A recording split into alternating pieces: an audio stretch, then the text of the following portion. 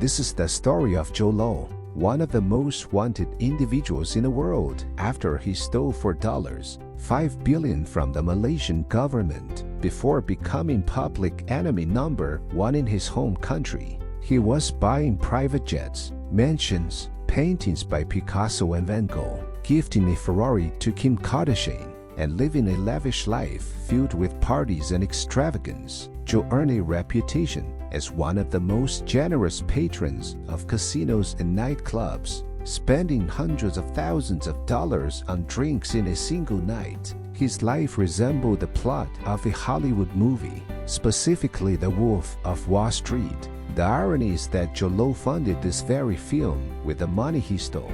This is the true story of how a man born on a small Malaysian island became a friend of Hollywood stars, dated supermodels, and pulled off one of the largest financial scams in history while remaining a fugitive to this day. Who is Joe Low?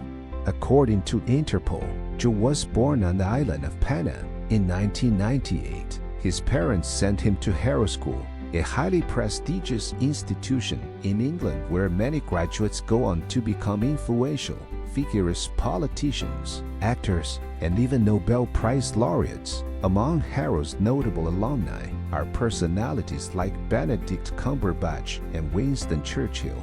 Harrow provided Joe with a unique opportunity to mingle with students from wealthy and influential families from around the world. Joe's family was wealthy, with their fortune estimated in the millions of dollars, but many of his classmates at Harrow were children of royalty or oil tycoons. With family fortunes reaching billions, Joe saw an opportunity and decided to befriend some of these ultra-wealthy classmates.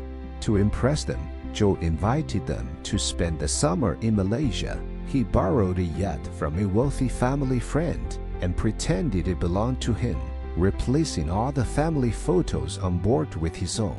He wanted his super-rich friends to believe he was one of them. Joe also positioned himself as someone who could solve any problem. On one occasion, he even forged a letter from the Brunei embassy to secure a table at a famous nightclub in London, and it worked. Joe and his underage friends partied alongside famous footballers and models at an elite nightclub. This was Joe's first lesson. Appearances can't open any door. After Harrow, Joe continued his education at the Wharton School of Business in the United States, where notable figures like Donald Trump, Warren Buffett, and Elon Musk had studied. At Wharton, Joe crafted an image to connect with the right people. He researched which students came from the wealthiest families and actively sought to befriend them. Joe's knack for making useful connections would later enable him to orchestrate one of the largest financial crimes in history. He continued to build his personal brand by writing articles about stocks for the university newspaper, though in reality, he simply plagiarized analytical reports from Wall Street. No one noticed the plagiarism, and Joe earned a reputation as a brilliant analyst. While still a student, Joe decided to throw a lavish party for his 20th birthday, spending $40,000 to rent an elite nightclub in the U.S. He wanted everyone to remember him as a successful and wealthy individual. However, in reality, Joe couldn't even pay the bill and haggled with the club owners to lower the cost. Joe became fully convinced of the idea that it's not what you know, but who you know that matters. He was willing to lie about who he was and how much money he had to make valuable connections. One of the most important connections Joe made was with people managing the Sovereign Wealth Fund of Abu Dhabi. A sovereign wealth fund is an investment fund managed by the state, typically aimed at ensuring the country's financial stability, especially during economic crises. These funds are often created from revenues generated by natural resources like oil or gas. After graduating from university, Joe founded a company called Winton Group.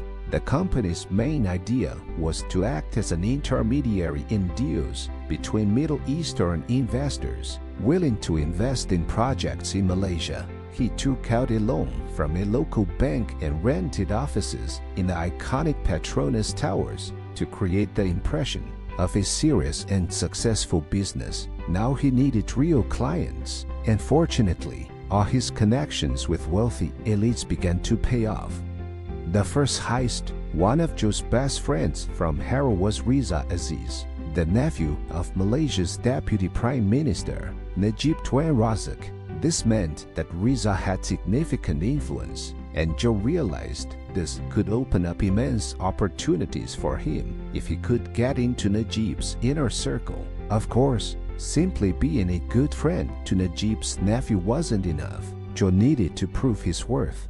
Joe learned that Malaysia was seeking partners for a massive construction project. The idea was to build a financial, business, and cultural hub, something akin to Singapore, but it required investors. Joe saw this as his chance. Using the wealthy connections he had made in the Middle East, he brokered a deal in which investors would fund Malaysian construction projects. Interestingly, Joe allowed Najib, the Deputy Prime Minister, to take all the credit for this deal, despite Najib doing none of the work. This significantly boosted Najib's popularity among Malaysians, as it appeared he could attract major investments and help develop the country. In fact, this popularity played a role in Najib becoming Malaysia's Prime Minister in 2009. Initially, Joe's business model was to earn a percentage from brokered deals, but for this construction project, he didn't take any commission.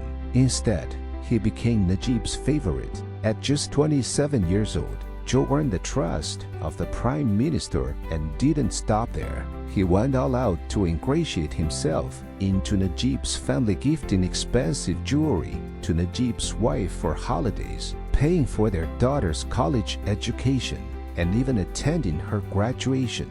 At this point, Najib fully trusted Joe. When Najib assumed the role of Prime Minister, Joe didn't waste time and suggested that Malaysia create its own sovereign wealth fund, similar to those in the Middle East, with the ability to invest globally. Together, they established the 1MAL, a Development Berhad Fund, or 1MDB for short. This fund was created for the country's economic development, with its resources intended to be invested in ecology, tourism, and job creation for Malaysians. For Najib, there was an alternative motive. If he appointed Joe as the fund's manager, part of the funds could be used as a political tool to strengthen his power. For example, the fund could finance affordable housing projects in regions where Najib lacked voter support to boost his popularity and loyalty among the local population. For Najib, the idea seemed like a win-win, so he allowed Joe to manage the fund with almost no oversight. Officially, Najib was the chairman of the fund, while Joe was listed only as an advisor. But in reality, Joe controlled everything, hiring people he knew well and who were completely loyal to him. This gave Joe effective control over billions of dollars of Malaysia's money. Just a few months later, Joe found the first deal for the 1MDB fund. Using his connections in Saudi Arabia, he organized a joint venture with the oil company PetroSaudi. The plan was for 1MDB to invest $1 billion in this oil project. Joe obtained Najib's approval to transfer the funds from 1MDB's account. However, being fully in charge of the money, Joe sent only $300 million to the joint venture with PetroSaudi, while the remaining $700 million was transferred to a company called Goodstar Limited, which had an account in a Swiss bank. Joe claimed that Goodstar Limited was a company owned by the Saudis and that 1MDB needed to transfer the money to this account as part of the deal to settle a debt before the joint venture could proceed. But this was a lie. In reality, Goodstar Limited was a shell company created by Joe, through which he funneled the $700 million to his own accounts. The Asian Wolf of Wall Street. For Joe, this money became a tool he could use freely. and he began spending without restraint. With the stolen funds, Joe dove headfirst into a world of luxury.